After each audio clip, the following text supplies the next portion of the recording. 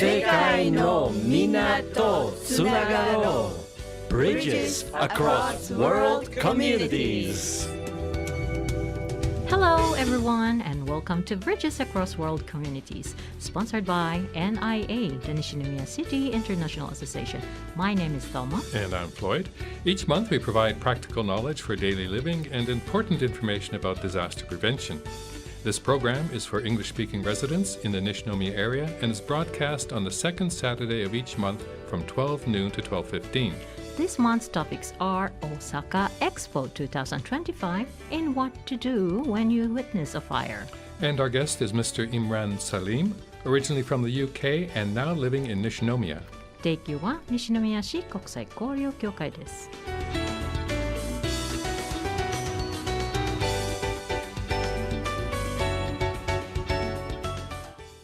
Hello, Floyd. Well, we have a very special topic for this month's program. Hello, Thelma. Well, let me guess. Could it be about Expo 2025 in Osaka? Yes. How did you know? It's right here in the script. Okay, very funny. Okay. Now, shall we start with some of the basic details? Okay. Expo 2025 will be held next year from April 13th through October 13th on an artificial island in Osaka Bay called Yumeshima. Now, the expo is scheduled to be open every day from 9 a.m. to 10 p.m. And they're expecting around 28 million visitors, including 3.5 million visitors from overseas. Now, the theme for Expo 2025 is Designing Future Society for Our Lives. Now, the goal is to create an environment where the world's knowledge and cutting-edge technologies can be brought together to create and share new ideas to help achieve sustainable development goals and resolve global issues facing mankind. Wow, these are truly ambitious goals, Floyd. I hope they can achieve some of them. Yeah. Recently, I've been hearing a lot about the expo, but I'm still not clear about what we'll be able to see or do there.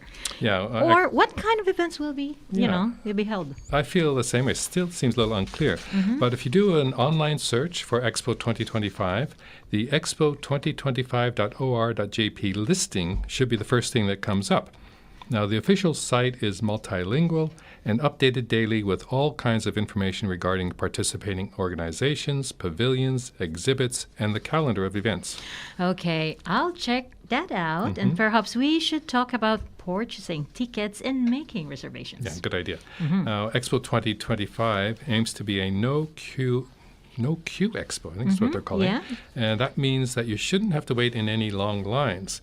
So entry to the site, pavilions, events will all be reserved in advance. Yeah, and there are many types of tickets available, including one-day passes, multiple entry passes, group tickets, special tickets for disabled people, and so on. Yeah. And the prices to be less expensive if you purchase tickets in advance before the expo starts. Yeah, we can't go over all the ticket types and prices now, but in general, you're looking at somewhere between 5,000 and 7,500 yen for a one-day pass. And it depends on when you buy the ticket and what day or month you wish to visit the expo site. Yeah, and tickets are already being sold through the official Expo 2025 website. And using your smartphones or computer, the first step is to register for an Expo ID, and you'll need an email address to complete this step. Yeah, and once you have your Expo ID, you can then move on to purchasing your tickets using a credit card or paying at a conveni. When payment is completed, you'll receive an e-ticket by email. Yeah, after receiving your e-ticket, then you can book a new admission date and make reservation to enter pavilions.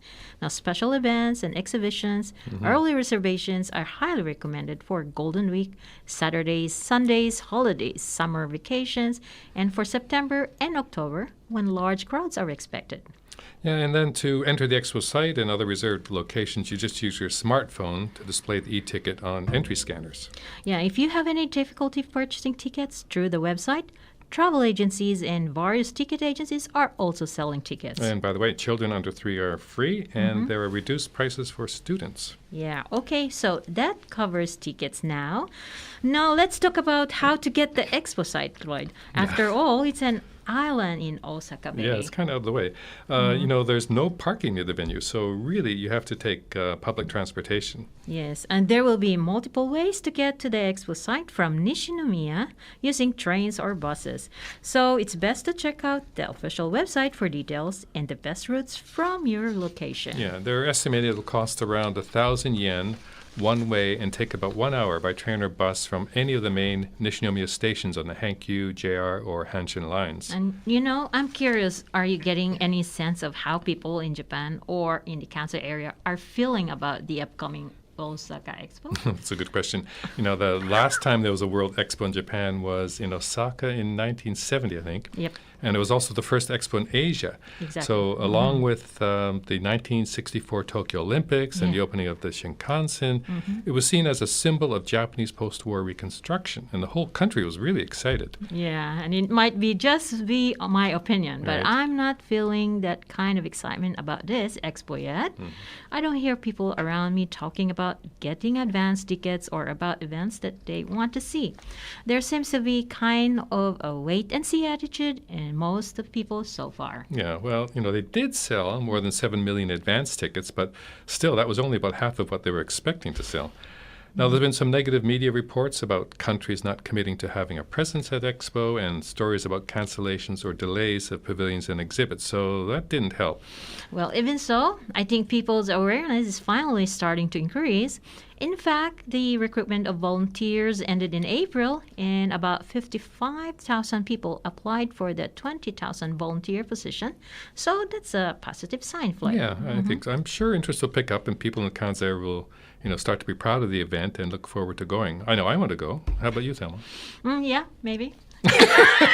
Anyway, sure, I'll go. By the way, Expo 2025 will be taking place during rainy seasons and the hot summer season. So we advise everyone to be properly prepared when visiting Expo 2025 with your family and friends. Good advice. See you there. See you there. 78.6 Sakura FM. And we'd like to welcome this month's guest, Imran Salim. Hi there. Now, at the beginning of the show, we mentioned that you're originally from the UK and you're now living in Nishinomiya. How many years have you been here? Oh, I actually just arrived in September. September? The 3rd of this year. Yeah, directly from Manchester, England. Oh my gosh. And it's been quite an adventure so far. So how are you getting around? Did you study Japanese? Or anything No, before? it was my wife's dream to come to Japan, and she's found a job as an engineer. And we've come along with our 2 children who are 8 and 6 years old. Wow. So it's quite a shock. Is this the first time either of you have been to Japan? First time we've been to Japan as well, yeah. Oh, that's quite a culture shock then. Yeah. How are the kids getting along? Oh, the kids love it. It's all a big adventure for them. Obviously, at that age, they just absorb everything, and yeah. But it's been a great so far, great experience. Are they going to a Japanese school or an No, international they go to school? an international school in Okay. Kuriken. So they do. The teachers. Well, the whole school's everything's in English, but they do some Japanese as well. I think 2 or 3 lessons a week. So they're learning to write in Japanese. So are they speaking Japanese at home yet? A little bit, just a little bit. We're all trying to learn, but obviously, I bet your kids will be able to teach you faster. Yeah. They'll be picking up. Kids can pick it up, but that's one thing. Obviously, coming without the language it's not easy. But people are so kind, though. Even if they don't speak English, people are always really helpful, and especially getting lost in the train stations at first. And it was amazing to see that everyone's always attentive and on hand to help out. So since September, so where are you trying to learn your Japanese? Where are you taking lessons? At Nishinomiya International Association. Okay. And we have a weekly class, which is an hour and a half. And I do recommend it. It is a direct method. There's no English involved. It's all in Japanese, but the teachers are very skilled and they know how to. When did you start your lessons? Shortly after arriving, a couple of weeks. And how did you find out about NI? How did you know? Oh, just online, through the internet, and I found English and. Okay, let's hear some Japanese. Konnichiwa. What have you learned? Konnichiwa. No, I didn't need more than that. Genki. Oh, a good pronunciation, right? Yeah, good pronunciation. Yeah. So how old are your kids? Just 8 and 6 years old. you want to say their names on the air? wanna say Agostino and Joseph. Hi guys. Hi guys. Yeah. So you've been here since September. Your wife is an engineer and she's working a job here that she got. Yes. And what are you doing? I actually have my own business. It's an e-learning business, and I've been running it for 15 years. And we do online English training, mainly for French professionals. So you're running an international business from here in Nishinomiya? Yes, and I work in a co-working space called Kawakora in Shugagawa. And the time zone is a challenge for me, to be honest, because there's an 8-hour gap with Europe. So you find yourself working later in the day, sometimes till later at night, and then sometimes in the morning, early in the morning as well. So I'm still adjusting to that and how to plan my day around it. So is your wife's work close to home, or does she have to commute? Yeah, it's quite close to home as well, and she can work from home as well remotely from time to time too. Nice. So. How would you like Japan so far? No, it's amazing. It's amazing, and then in England when we had an image of Japan, we always think about Tokyo, crowded trains. We didn't realise what the life is like outside the city, and I think Nishinomiya is really, really beautiful. It's near the sea, it's near the mountains, but you've got the urban life of Kobe and Osaka, and it's absolutely so clean, immaculate, and it's incredible. Just the only thing that I didn't like at the start was the heat. Obviously, coming from England, that was quite intense, the heat. And when you arrived early September, it's early still September, pretty hot. yeah, and I wasn't used to air conditioning. Having so much air conditioning actually made me ill. But as soon as it started to cool down, you see now the weather's almost perfect. Yeah. I hate summers here. Even after 15 years, I can't take it. But, well, were you able to adjust the kids to it's like a rule thing around surrounding in Japan, as you know? Yeah, I mean the kids. They adapted well, and there's lots of things to do. We always go to the parks, and the infrastructure is amazing as well. So we take the train everywhere. We don't need a car.